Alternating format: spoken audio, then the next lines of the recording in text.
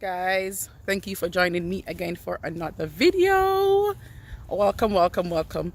Before we get started, if you're new, my name is Ruschelle and I do lifestyle videos, now with a bit of Canada tips. Anyway, so today I'll be sharing things and what to do while you're in quarantine. So we're outside today taking out a scroll. Thought I'd take you with me to see what the place is like to do this video. As you can see, look what I'm in, guys. Short sleeve. Come down, spring, come down. So yeah, I'll take you, I'll be sharing tips on what to do while you're in quarantine.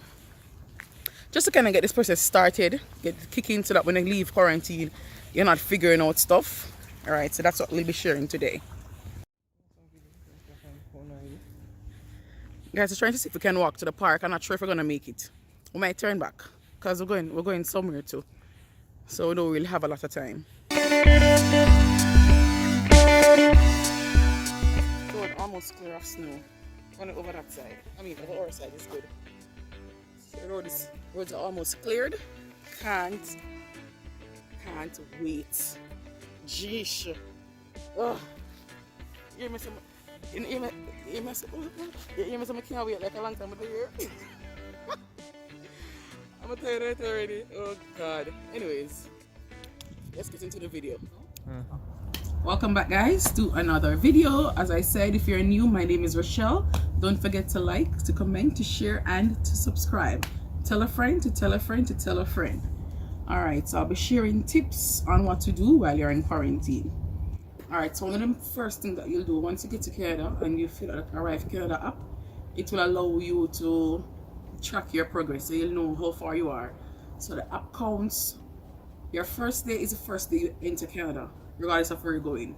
So for me, I entered in Toronto, but then we came to Alberta. My first day was the day I entered Toronto. So that's how the app starts counting your quarantine days. We didn't know that until we realized that, oh, we're ahead than we thought. Right, and you have to do your daily check-in, so it will keep you abreast. So as an international student, while you're home and in quarantine, these are some things that you should do to get ahead of the game. So the first thing that you should do is to book your SIN appointment. I'm going to show you the steps on how to register for your SIN and how to apply for it. Okay, so the first thing that you'll do is to go to your browser and search for Service Canada. I chose Google Chrome. You can use whichever browser works for you. Then you select the Service Canada website. Once you go there, you will scroll down for social insurance number. You select that, and then you'll see the options on how to apply. So the option is online, you have mail, or you have in person. However, I chose in person because there are some drawbacks to using the mail or the online method. It'll take a long time. Also, if you choose mail, you may have issues where your card gets lost in the mail, as it is highlighted here on the screen, and you don't want that to happen. All right, so once you select apply in person, there are some the first thing that you could do is to search for SIN locations that are close to you. You could either search using your address or just a postal code, and it will show you the closest ones to you, as seen here. So I just typed in something and something came up, and I selected that. Where you see range, you can always change how far you want the location to be from you, right? And it will give you the address, and that's it for that. It will tell you it will show you the one that you would like to visit. Next, you go back to the home screen, to the original page, and you can select what you'll need before you apply. I opened it in a new tab. So for us, all they took was just our permits. So that would have been my study permit and my husband's work permit, or passports, and ask us some personal information. So that's all they required from us. So the primary document is really I think it's our passport. So there are persons who are married that perhaps your married name is not in your passport. You need to show your marriage certificate for the second supporting document. So that's what that is right there. And that's all that was needed to do to get this in. Okay, so going back to the original screen, you'll now select service request form.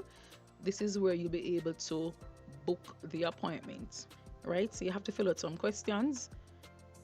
which are here. She'll ask you for your language. So you select your preferred language. You ask you for your name, first and last name, your location, and a telephone number, because what they'll do is to call you and you'll book a date with them.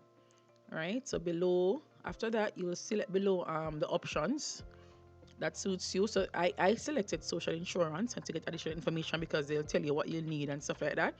And then I selected appointments. So you'll select appointments, and then I give a brief note. I would like to make an appointment for a sin application. I put for both my husband and myself, so they'll expect the amount of persons who will show up.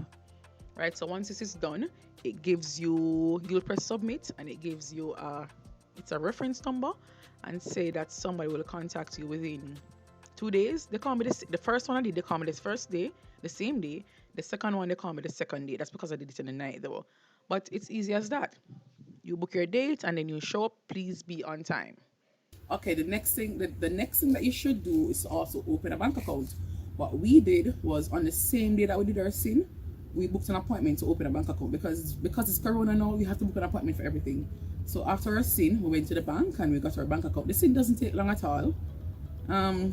Probably 15 to 20 minutes, if so long. You can book it for half hour, depending on how soon you go there, because you don't want to go there and then probably you have to wait on somebody else. We didn't have to wait. When we went, it was very empty. So you book you then book your bank account appointment. We use Scotia. You can always compare the banks to choose which one you want. I'll show you a link on where you can compare banks to see which one is best for you as an international student. Okay, so all I did was to go to Google again, and I searched for best banks for international students in Canada. And poof, Google's gonna give you a bunch of stuff. Here was my listing, and I saw Rate Hub. So I selected Rate Hub, and it gave you some information up top, some fluffs on what to look for, and then bam, here it showed me the listing with first, second, third, as highlighted right here. And I saw Scotia at the top, the student advantage one, and I looked for the benefits, and it says you get fees, none, sign up, blah blah blah. And I saw CIBC. I looked at CIBC as well, and then I just chose Scotia. Bank